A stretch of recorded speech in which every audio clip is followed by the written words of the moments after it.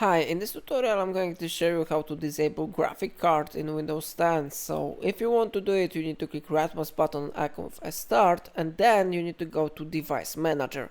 And here we need to click on Display Adapters to view more graphic cards available on our PC. The first one is Intel Air HD Graphic 530. It is integrated graphic card on our PC.